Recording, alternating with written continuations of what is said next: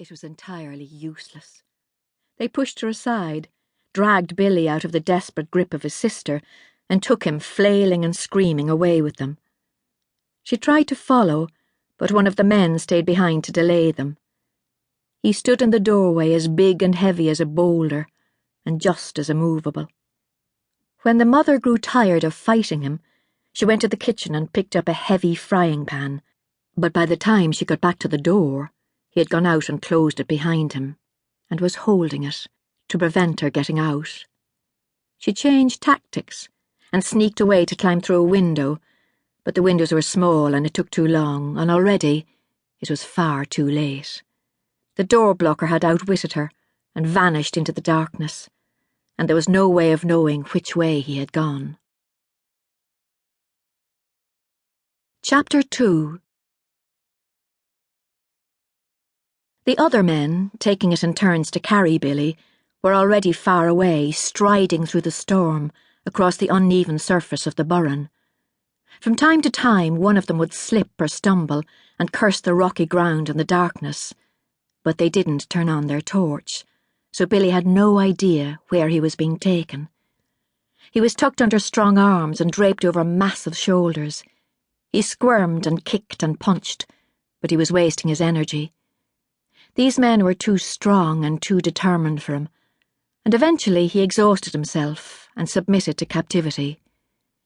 For a long, long time the men walked on, neither ascending nor descending, but keeping on fairly level ground, and skirting sinister black lakes that glistened in the darkness like windows into hell.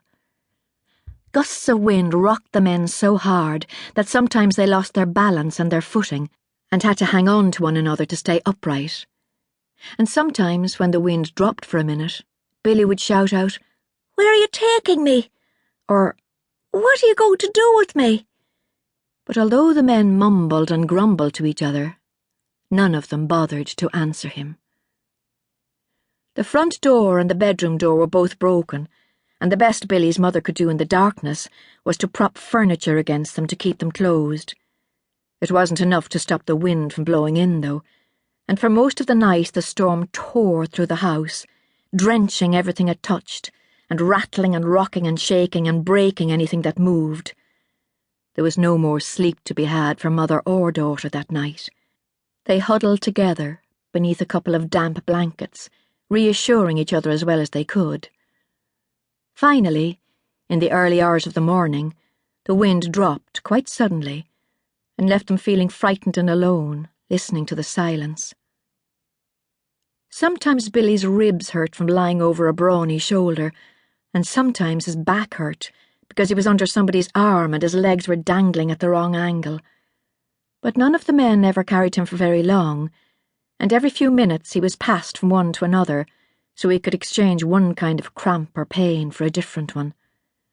It felt to him as if his fear and discomfort would never end, but eventually he sensed that they had begun to go downhill, and a short time after that, the storm gave one last violent heave, which almost knocked them all off their feet, and then decided to call it a day. The rain came at them from above instead of from the sides. Then it too stopped, and the darkness all around them was suddenly silent, and just as suddenly warm. The man who was carrying Billy gave a great sigh and slapped him on the back, in a way that was almost friendly. "Nearly there now," he said. "Where?" said Billy. "Nearly where now?" But he got no answer, and no one spoke to him again. Their pace slowed as the terrain underfoot became more difficult, with bigger rocks and loose stones, and then the torch went on again, blinding Billy with its sudden brilliance.